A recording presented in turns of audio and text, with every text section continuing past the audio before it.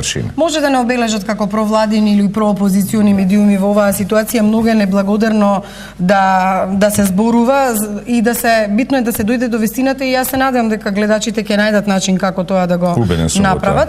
Меѓутоа, веќе кога сме за начин испинување, дали е ова влез, она што ве прашав на почетокот, за создавање на политичка криза, можеби промена на власта или предизвикување на предвремени избори?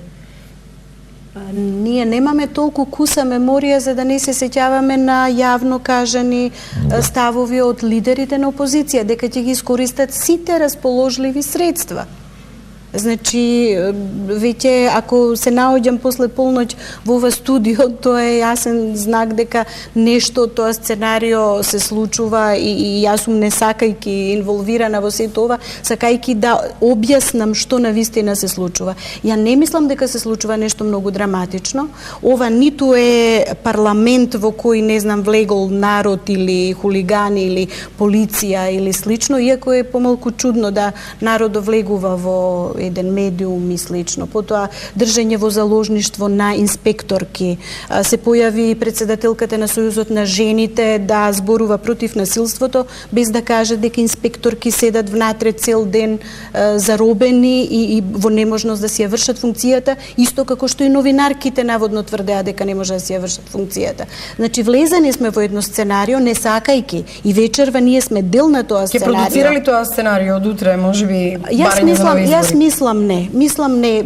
Цела вечер размислувам каков одек ќе има. Дефинитивно не вознемири, дефинитивно не натера да разговараме отворено, дури и по ризик, како што рековте, од утре да речат Ванковска е на другата страна или било кој од нас што овде ќе се појави.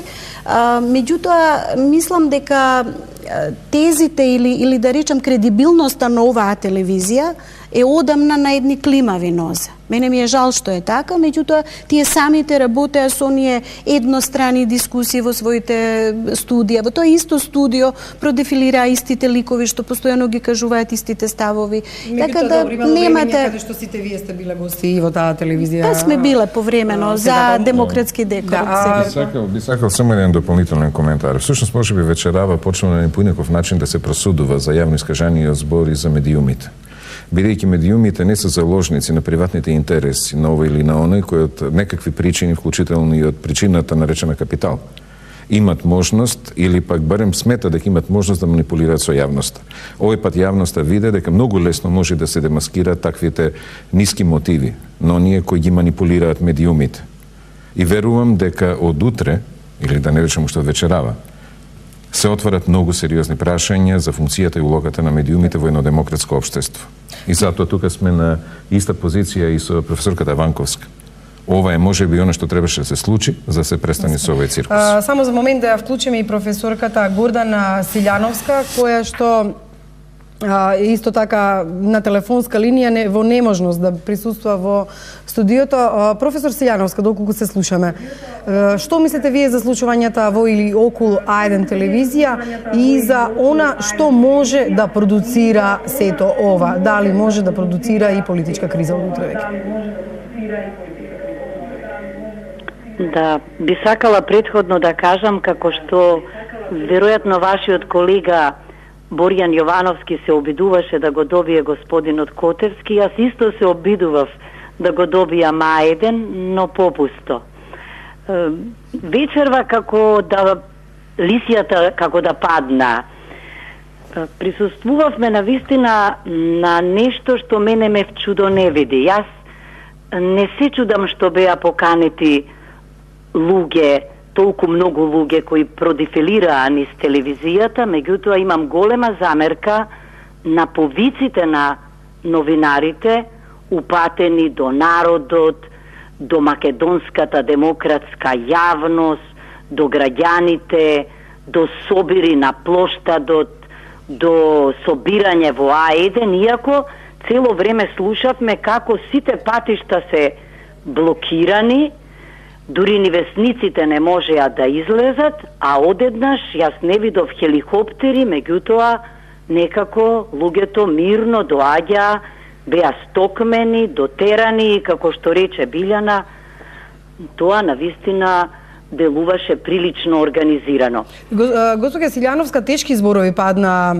во однос на тоа што се случува во однос на демократијата и слободата на изразувањето. Особено тоа и навистина ме боли, мислам дека во вакви моменти јас на почетокот навистина се убедував да ги разберам новинарите на А1 и верувајте да не се обидов да видам на другите телевизии и јас имав впечаток дека целава оваа работа е врзана за телевизијата, а не за фирмите. Искрено кажувам дека не знаев дека има финансиска контрола, која што има право, како што знаеме сите, да побара и полициска асистенција. Зборовите.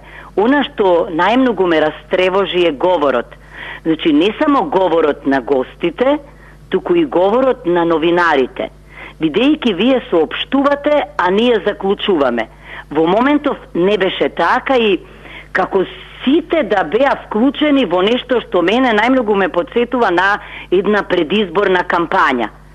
Гужвите, начинот на обраќањето, говор на омразата, споредби кои воопшто не држат, па дури и кога човек може би така ги доживува некои настани во Македонија, треба да се воздржи од зборови кои алудираа на режимите на Чаушеску, на режимот на Милошевич, на Чиле, на Камбоџа, на афричките системи и така натамо. Госпожа Силјановска, кажете ми, дали сето ова е искористено, затоа што видовме дека и сите табори политички можеби ќе го искористат на свој начин за одреден политички бенефит. Што очекувате од оваа ситуација? Иако се работи за финансиска контрола, да не испадне работата од контрола на крај? Па тоа е она што, ако јас очекував, значи, А1 да се брани себе си, новинарите да се бранат себе си, јас не знам дали тие знаеа што всушност се случува во куќата во која се тие, бидејќи од она што потоа го чув, не се тие мета на истрагата, туку фирмите што се под нив, значи несреќна околност или среќна, не знам што, живеат во иста куќа, меѓутоа, всушност тоа се трансформира во нешто сосема друго. Само фрлете поглед на паролите, на паноата и на изјавите и ќе заклучите дека, како да пораката беше, предвремени избори сега или никогаш. Легитимно право е на опозицијата да бара предвремени избори, меѓутоа, мислам дека на ваков начин не А1, туку политичките актери го искористија А1 за да ги промовираат своите ставови и своите пораки. Наместо се разбира обратно. Она што ги прашав и вашите колеги, ќе ве обележат ли сега дека сте во нечии табор само заради тоа што не сте успеале да добиете А1 па сте на канал 5 телевизија со ваков став? А1 да ме викна, Билјана ми е сведок, бидејќи комунициравме. Јас дури го побарав од неа бројот од А1, имам 2 броја. Значи, на едниот се вклучува дека ако не го знаете локалот, почекајте, ќе се јави операторот. Ево, одговорно тврдам, не успеав да добијам. Веројатно, она е исто тоа што ме е нешто, тоа што го велите што ме тревожи. Црно-белата перцепција, црно-белиот свет. Ако не сте со нас, тогаш сте против нас и со другите. Меѓутоа, она што исто ме тревожи честопати е, кога интелектуалци или луѓе од мојата професија забораваат за миг на вокацијата и нивниот говор е повеќе политички и партиски од што научен. Така што се обидувам секогаш да се држам до струката и до етиката, а ова што го велите вие сигурно ќе биде направено и мислам дека е тоа најстрашниот епилог од се во ова. Веќе вклучувајки, јас реков да не вклучев Канал 5, да не вклучев Сител, јас и нема да бев воведена, ќе бев заведена, бидејќи се работи за спектакл демократија, за видеодемократија и сликата е понекогаш посилна од зборот. Силјановска, за крај, што може само што ме прашавте, за жал, последиците ќе бидат можеби не по нас, не по политичарите, меѓутоа најмногу сведоци ќе бидеме на поделба меѓу новинарите. А мислам дека тоа воопшто не е така и не е во ред.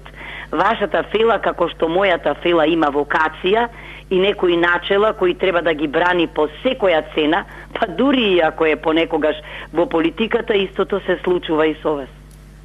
Така, само за крај накусо да ми кажете, што очекувате дека ќе се случува? Дали можеби и државава е во опасност да настане одредена криза затоа што ова ќе предизвика револт и можеби поголеми поделби?